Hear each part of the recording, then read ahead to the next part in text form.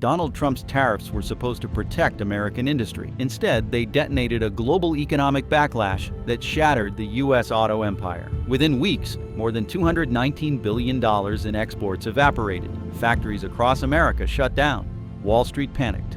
And longtime allies formed new trade alliances that locked the United States out entirely. This wasn't just a misstep. It was an industrial suicide pact disguised as patriotism. Now the world is watching and asking, was this the final blow to America's auto dominance? Can the industry recover, or is the collapse permanent? What's happening? The shockwaves from Europe's retaliation against Trump's tariff war didn't just rattle headlines. They tore through the global auto trade with precision. Within weeks of the tariff's implementation, over $219 billion in U.S. auto exports were suddenly in jeopardy. This wasn't a future threat, it was an immediate catastrophe. The data followed the policy. Tesla's market share in Europe plummeted. Ford and GM dealerships across the continent saw customer interest dry up almost overnight. What had once been a promising frontier market for U.S. automakers was now openly hostile territory. Exporters based in Michigan, Kentucky, and Ohio found themselves sitting on unsold inventory meant for Europe. Thousands of vehicles sat in ports, rejected by customs or marked with retaliatory import fees that made them economically unviable. This wasn't just a decline, it was a total collapse. Within 60 days of Europe's coordinated retaliation, Wall Street analysts confirmed that the U.S. had lost more than $200 billion in potential annual auto exports. Industry leaders were stunned. The damage wasn't theoretical or projected. It was already here, written in canceled contracts and idled assembly lines. And what happened next would push the crisis from boardrooms to the trading floors. If you're still with us, now's the perfect time to subscribe to our channel. Wall Street's auto crash. As the auto sector collapsed under the weight of retaliatory tariffs and global rejection, Wall Street began to panic. Stocks across the entire automotive landscape cratered, with Tesla suffering the steepest fall. The company's valuation dropped by more than 40% in just 30 days. General Motors and Ford followed suit, dragging down related suppliers, battery manufacturers, and shipping firms with them. This wasn't just an auto stock crash, it was a financial contagion. Institutional investors began dumping shares of U.S. automakers en masse. Hedge funds shorted the sector, betting that the Trump-Musk trade policy would accelerate the implosion. Meanwhile, pension funds, particularly those in blue states like California and New York, publicly announced divestment plans in protest of the administration's handling of trade. The domino effect extended beyond stocks. Credit rating agencies slashed ratings for multiple U.S. automakers, citing geopolitical instability, loss of market access, and hostile foreign policy as risk factors. Access to capital became harder overnight. Bond yields spiked. Tesla, which had relied on cheap debt for its rapid expansion, was suddenly facing a financing winter. Even banks began to ring alarm bells. J.P. Morgan Chase, Citibank, and Bank of America all issued advisories, warning that the auto sector could drag down broader market indices if the trade war continued. The financial press began using words like auto recession and sectoral collapse. For investors, confidence was dead. For regulators, a new fear emerged: systemic risk. Could one political decision about tariffs actually trigger a nationwide economic slowdown? That question would become impossible to ignore as the crisis left the stock market and entered America's working-class neighborhoods. The MAGA meltdown. What began as a trade war turned into a political earthquake. As factory closures swept across key Trump-voting states, Ford shut down 2 major plants in Ohio and Michigan, citing European sanctions and reduced export capacity. General Motors eliminated 15,000 jobs, disproportionately concentrated in counties that had overwhelmingly supported Trump in 2016 and 2024. In Kentucky, a major auto parts supplier filed for bankruptcy, laying off over 3,000 workers. The company's CEO blamed the tariffs directly, saying the cost of imported components had become unsustainable, and foreign demand had collapsed. The political consequences were immediate. Protesters flooded state capitals, demanding action. Union leaders who had once endorsed Trump now stood on picket lines denouncing him. Trump rallies were interrupted by laid-off auto workers demanding answers. The message was clear. The economic fallout had come home. local Republican leaders began to distance themselves from the White House, calling for exemptions or a complete rollback of the tariffs. But Trump, backed by Musk and other hardliners, refused to pivot. He doubled down, calling the workers unpatriotic and accusing European countries of sabotage. But for many in the Midwest, the betrayal was personal. They had trusted Trump to protect American industry. Instead, they watched it collapse, and as joblessness spread and communities hollowed out, what began as a trade dispute now threatened to become a national identity crisis. Now let's talk about how Europe, Canada, and Mexico turned their trade isolation strategy into a permanent geopolitical realignment, one that excludes the United States entirely. Germany's shock ban. The decision to ban United States electric vehicles from all federal contracts and public sector subsidies sent an unmistakable message to the world. The era of American dominance in Europe's auto industry was over. Berlin's move came swiftly and deliberately. With the stroke of a legislative pen, German officials declared that no government fleet, no federal agency, and no tax-subsidized EV incentive would support a vehicle made in the United States. Tesla, Ford, and General Motors were essentially erased from the German public procurement ecosystem overnight. This was not just a commercial decision, it was a geopolitical one. Officials inside Germany's powerful Ministry for Economic Affairs had grown increasingly alarmed by the aggressive protectionist rhetoric coming from President Donald Trump. The 25% tariffs he imposed on European steel and auto imports using Cold War-era emergency powers were not taken as idle threats. They were interpreted as economic warfare. Germany's ban on United States EVs was the first retaliatory strike, targeting the most visible and politically entangled figure of the American auto world, Elon Musk. The ban hit Tesla particularly hard. The company had spent over 5 years and more than $7 billion building its Gigafactory Berlin, hoping it would serve as a beachhead for European expansion. Instead, Tesla found itself excluded from every public procurement list, every clean vehicle incentive program, and every local government fleet purchase plan in Germany. Musk's ambitions had been weaponized against him. The German government made no effort to hide its motives. Public statements cited national resilience, economic independence, and hostile foreign trade practices as justification for the EV bans. Tesla's close association with Donald Trump only intensified the backlash. German media outlets, many of which had once lionized Musk as a visionary, began to frame him as an enabler of American authoritarianism. Overnight, a cultural shift occurred. Tesla was no longer an innovator. It was a threat, and that was just the beginning. Germany's move emboldened other European countries to act, and what had started as a targeted policy became a blueprint for an entire continent. As Berlin's shockwaves rippled across the region, another nation took the stage with a far more coordinated and far more nationalistic response. France escalates. Within weeks of Germany's EV ban, the French government imposed a blanket 25% tariff on all electric vehicles manufactured in the United States. While Germany struck fast and with precision, France struck with breadth and intention. The tariffs were just the opening salvo in a much larger campaign to insulate French industry from American influence and to elevate European automakers in their place. At the heart of this campaign was the French automaker Renault. While the company had once looked to global markets for expansion, it suddenly found itself at the center of a new alliance. The French government poured billions of euros into a sweeping national subsidy program. But with a twist. These subsidies would only apply to electric vehicles with majority European content, assembled within European borders, and sold by companies headquartered in the European Union. Renault, Peugeot, and Stellantis were the beneficiaries. Tesla, General Motors, and Ford were completely excluded. The move was hailed as economic patriotism by French officials, and the media followed suit.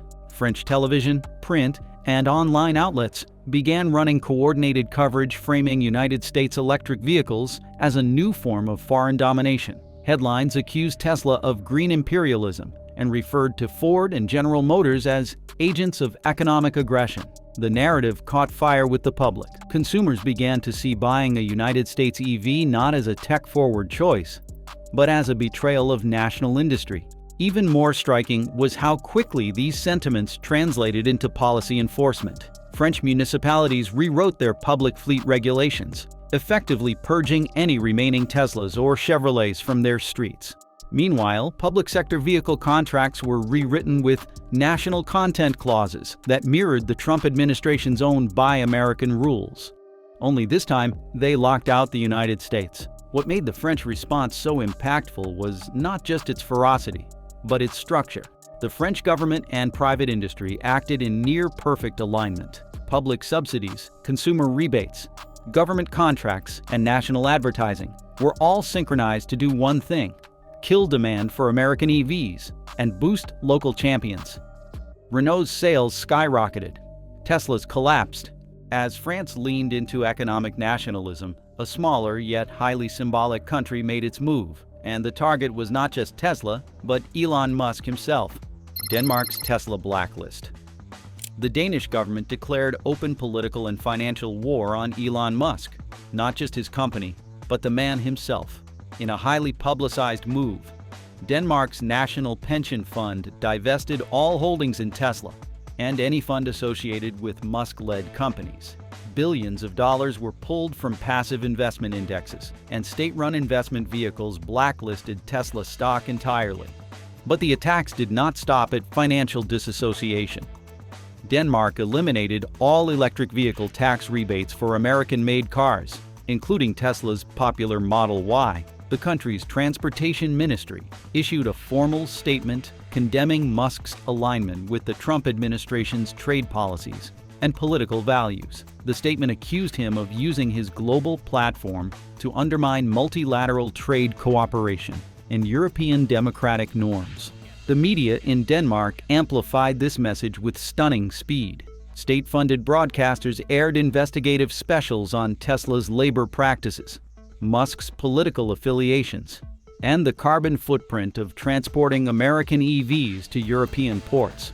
Major newspapers ran front-page editorials calling on citizens to boycott Tesla as a moral stance. In Copenhagen and Aarhus, digital billboards that once showcased Musk's futuristic vehicles were replaced with stark warnings. Support Europe, not Elon.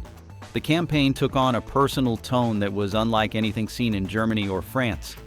Elon Musk was no longer just a tech billionaire. He was a political actor, cast as a symbol of American arrogance and unilateralism. In Danish political cartoons, he was depicted as a puppeteer behind Trump's economic agenda, a cartoonish figure whose technological wizardry masked a far-right ideology.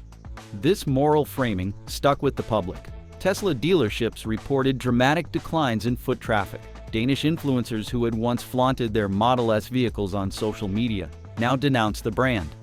And to make matters worse, Danish labor unions began lobbying for a continent-wide boycott of Tesla products, citing both ethical and political concerns. Denmark had turned the tables.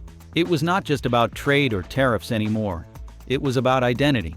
Elon Musk became a foreign influence to be purged, not embraced. And as Tesla's image darkened across Europe, another battlefront emerged, this time with the one force no automaker can afford to alienate: labor. Tesla versus European labor. Tesla's final blow did not come from tariffs, bans, or media takedowns. It came from the factory floor. European labor unions, once neutral or even intrigued by Tesla's presence, began to see the company as a direct threat to their hard-won protections. Musk's refusal to sign collective bargaining agreements in Germany, the Netherlands, and Sweden ignited a wave of resistance that quickly escalated into a region-wide backlash. In Germany, the powerful IG Metall Union accused Tesla of importing American labor standards into European soil, a move that was described as colonial in tone. Strikes were organized not just at Tesla's Gigafactory Berlin, but at parts suppliers and logistics hubs that serviced it. In the Netherlands, dock workers began blocking Tesla shipments at major ports, refusing to unload vehicles or battery components. Swedish auto unions declared a formal labor dispute with Tesla, triggering solidarity strikes across Scandinavia. What made this movement different from prior labor clashes was its scope and coordination. Unions across Europe issued a joint declaration against Tesla, accusing the company of exploiting regulatory loopholes and importing Silicon Valley anti-labor ideology. The strikes disrupted production, delayed deliveries, and pushed Tesla's European market share into a nosedive. Inside the factories, morale plummeted. Workers cited excessive hours, poor conditions, and a management culture of fear. Tesla's refusal to engage with local unions only made matters worse. European lawmakers began investigating the company's labor practices, and the European Commission opened inquiries into labor violations at multiple sites. Elon Musk responded with defiance. On social media, he mocked European labor protections as outdated and described union organizers as job killers. This only added fuel to the fire. Labor leaders seized Musk's statements as proof of his disregard for European norms, and politicians across the continent began echoing labor's demands. But as labor shut the gates on Tesla's ambitions, an even bigger geopolitical shift was brewing, one that would redraw the map of global auto alliances. The end of Tesla's European reign.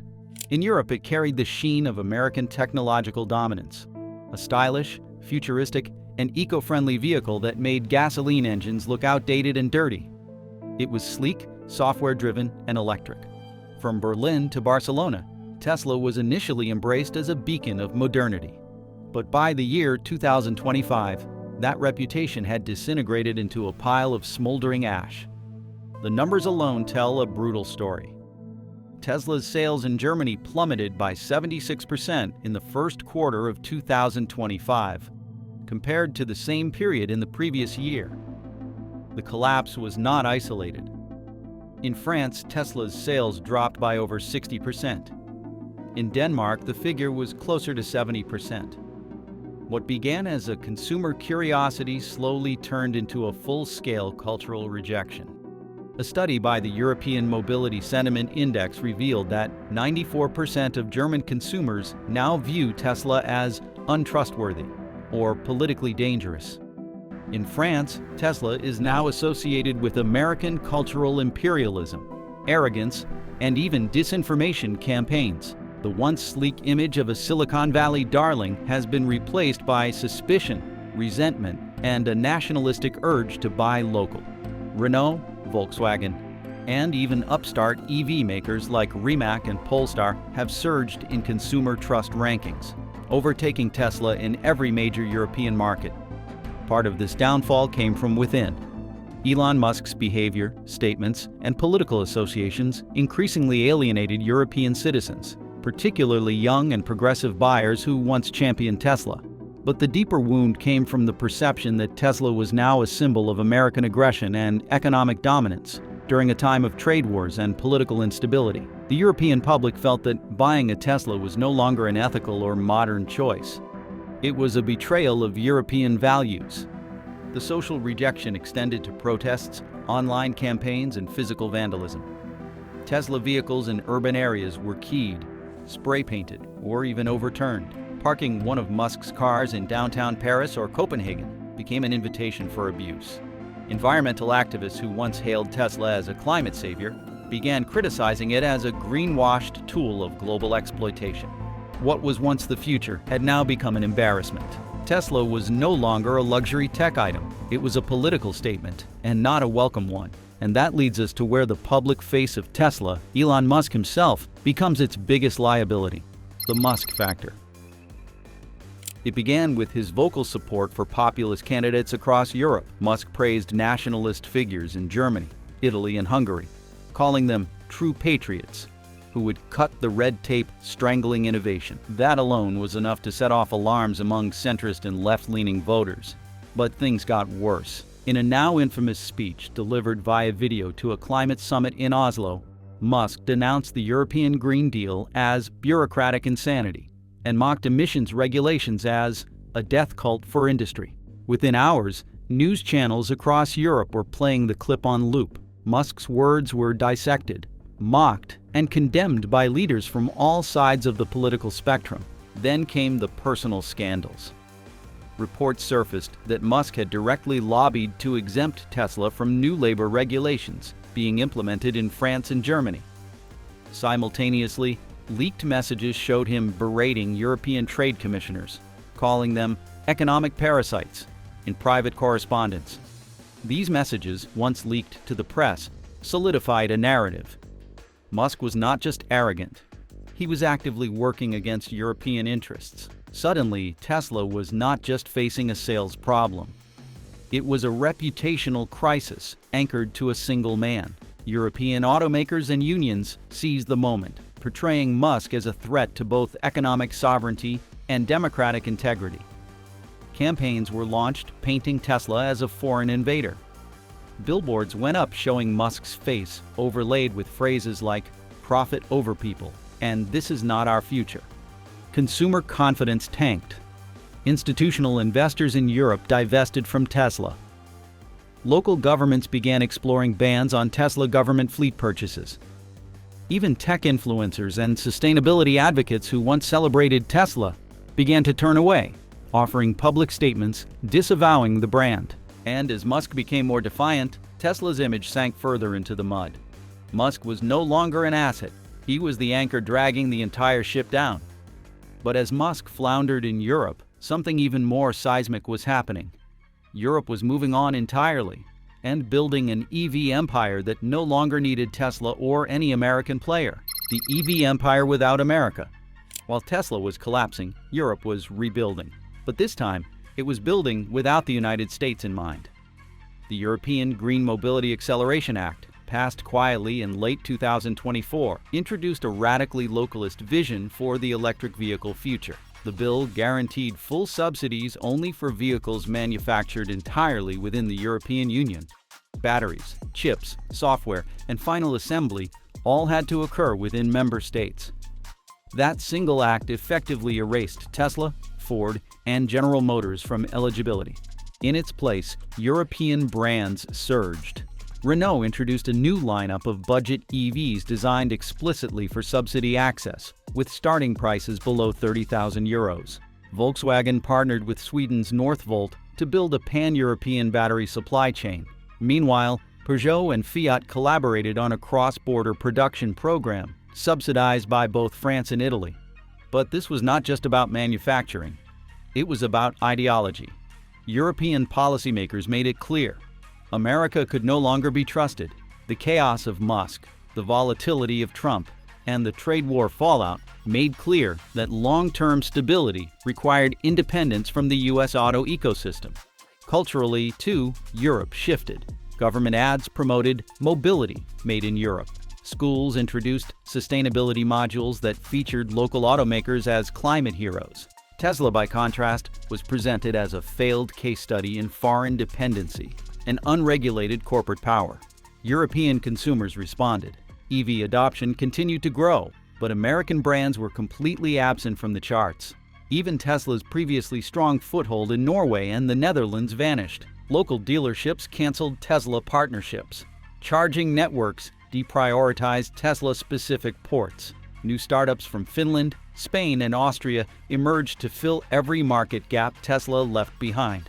Europe had done something remarkable. It had not only dethroned Tesla, but created a world where Tesla's existence was irrelevant. But while Europe was moving forward, Canada was sharpening its blade. Canada's counterstrike. The turning point came in early 2025, when the Canadian Parliament passed the National EV Incentive Realignment Act. Buried within its language was a clause that would devastate Tesla. A $10,000 surcharge specifically levied on American-made electric vehicles, which included all Tesla models sold in Canada. At the same time, Canada introduced a $15,000 rebate for EVs assembled in Canadian factories or built by Canadian-headquartered companies. This was not just economic policy. It was political messaging. Prime ministerial advisors made no secret of their intention. Tesla, they argued, had become a symbol of American arrogance and Donald Trump's aggressive trade policies. By targeting Tesla, Canada was taking a stand against economic intimidation and sending a message that it would protect its own markets from ideological bullies. The effects were immediate. Tesla sales in Canada dropped by 82% within 6 weeks. Dealerships were flooded with cancellations. in provinces like British Columbia and Ontario, which had previously been strongholds for Tesla. Sales ground to a complete halt. Canadian automakers, including Lion Electric and Project Arrow, saw a rapid increase in orders. But Canada did not stop there. Government-owned fleets were ordered to divest from Tesla vehicles. Pension funds removed Tesla stock from their portfolios. Charging infrastructure subsidies were amended to exclude Tesla-compatible stations. It was a full-spectrum financial and symbolic purge. The public followed suit. Media coverage linked Tesla to anti-worker practices and foreign influence. Grassroots campaigns encouraged Canadians to drive Canadian, with visible success. Even environmental groups that once praised Tesla for its innovation now distanced themselves, citing labor violations and Musk's inflammatory political views. The final blow came when Canadian Customs began flagging Tesla vehicles for additional inspections, delaying deliveries and causing logistical nightmares. The bureaucratic message was clear. Tesla was no longer welcome. Canada had not just penalized an automaker, it had exiled it. And in doing so, it revealed a North America no longer united by innovation, but fractured by ideology and retaliation. Europe, Canada, and Mexico unite. In the ashes of the old economic order, a new one rose. As the United States struggled to contain the fallout from its self-inflicted trade war, Europe, Canada, and Mexico quietly executed a strategic maneuver that rewrote the rules of global automotive trade. What emerged was a powerful tariff-free alliance, a transatlantic and pan-American auto bloc, deliberately designed to function without the United States. At the center of this new economic architecture was the Auto Sovereignty Pact, an agreement that eliminated tariffs and technical barriers between Canada, Mexico, and the European Union for electric vehicles and related components. Gone were the days when Detroit dictated the global supply chain. Now Quebec and Bavaria were the new power centers. Joint manufacturing zones sprung up, blending German precision engineering with North American resource access. Quebec's battery industry and Bavaria's advanced EV drivetrain capabilities formed the backbone of this new alliance. Mexico quickly capitalized on its existing industrial capacity, with the state of Nuevo León becoming the new global hub for mid-range electric vehicles. Volkswagen and Renault moved fast, redirecting planned U.S. investments toward these new zones. Canadian automakers like Lion Electric also found themselves receiving preferential status under European subsidy programs, an unthinkable prospect just 1 year ago. This realignment was not just economic, it was deeply political. All three players were bound together by a shared vision: exclude the United States, contain its economic volatility, and build a trade architecture immune to the chaos of Donald Trump's America. This was the West, version 2.0, and the United States was not invited. As this alliance solidified, American automakers found themselves staring at closed borders, locked out of markets that once accounted for nearly 2/3 of their EV export value. Tesla, Ford, and General Motors were now stranded on an island of their own making, while the rest of the world moved forward, and this alliance would soon unleash even more political consequences. Inside the White House itself, authoritarian moves and Musk's shadow cabinet. Inside the White House, the collapse of the U.S. auto industry was spiraling out of control, and President Donald Trump knew it. What followed was not just damage control, it was desperation. Trump pivoted sharply toward authoritarian policymaking, invoking emergency powers and issuing executive orders at breakneck speed. In a matter of weeks, the U.S. labor code was gutted, environmental protections were suspended, and trade oversight powers were pulled into the executive branch. But Trump was not acting alone. Behind the scenes, Elon Musk had become more than a corporate ally.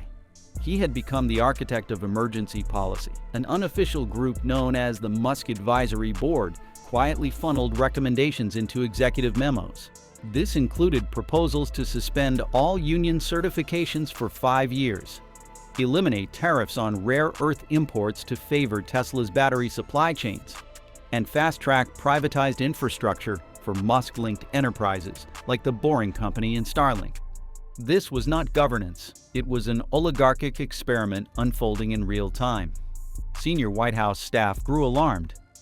A quiet civil war broke out between traditional conservatives and Musk loyalists. Reports emerged of internal documents bypassing legal review, signed off without congressional notification. when the Department of Labor raised objections to mass layoffs and worker safety rollbacks.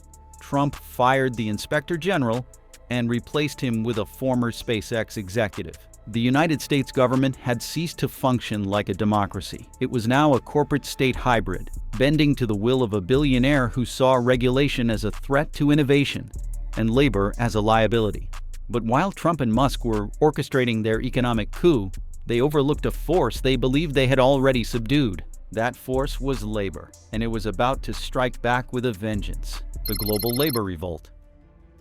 The American labor movement had endured blow after blow: plant closures, pension slashes, benefit rollbacks. But what Donald Trump and Elon Musk did in the name of national competitiveness ignited a global firestorm. The labor backlash was no longer a series of protests.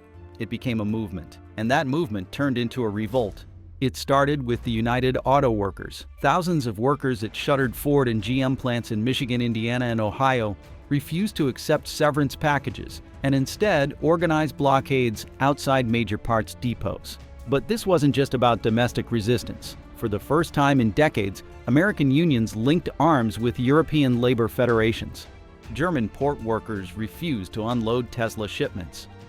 French rail unions halted freight lines supplying Musk-affiliated factories. Danish pension fund employees organized shareholder revolts, demanding total divestment from U.S. automakers linked to anti-labor policy.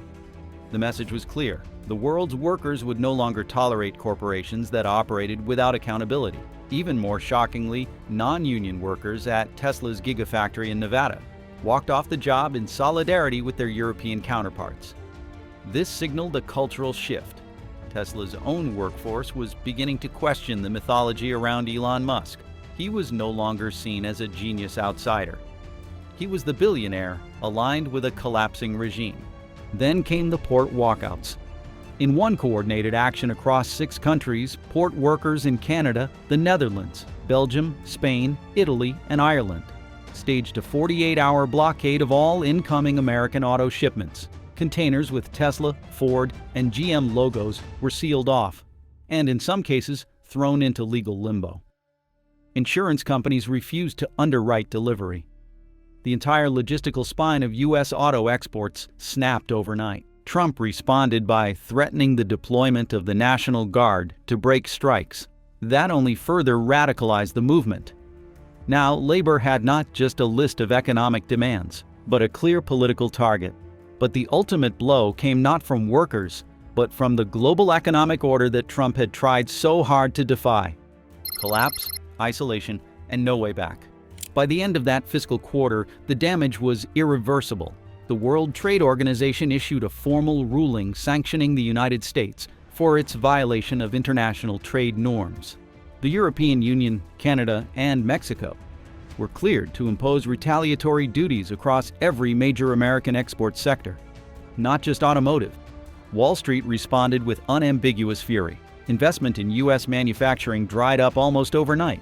The big 3 automakers, General Motors, Ford, and Stellantis, saw their combined market capitalization cut in half. Tesla dropped from its trillion-dollar valuation peak to a mere fraction of its former self. But perhaps the most damning indicator came from overseas investors. Sovereign wealth funds in Norway, Singapore, and the Gulf states issued public statements pledging to avoid all U.S.-based automotive equities for the foreseeable future. Their reasoning was chillingly simple. American manufacturing had become politically unstable, globally untrusted, and financially radioactive. Meanwhile, international automakers filled the vacuum. Volkswagen surged to become the #1 EV seller across North America through its plants in Mexico and Canada. Renault entered the U.S. market through joint ventures that excluded U.S.-made components, effectively dodging every tariff. Even Chinese EV makers began lobbying for trade corridors with Europe that excluded the United States entirely. Detroit's streets, once the global symbol of industrial ambition, fell silent, not because of market failure, but because of political collapse. What was left was not an industry in decline, but an industry that no longer existed, and the world moved on. And that's where we leave it. An empire shattered, allies turned rivals, and an industry that may never come back. But what do you think? Was this an unavoidable backlash, or a self-inflicted wound from the start? Drop your thoughts in the comments. We read every single one. And if you haven't already, subscribe for more hard-hitting breakdowns like this. Thanks for watching, and I will see you next time.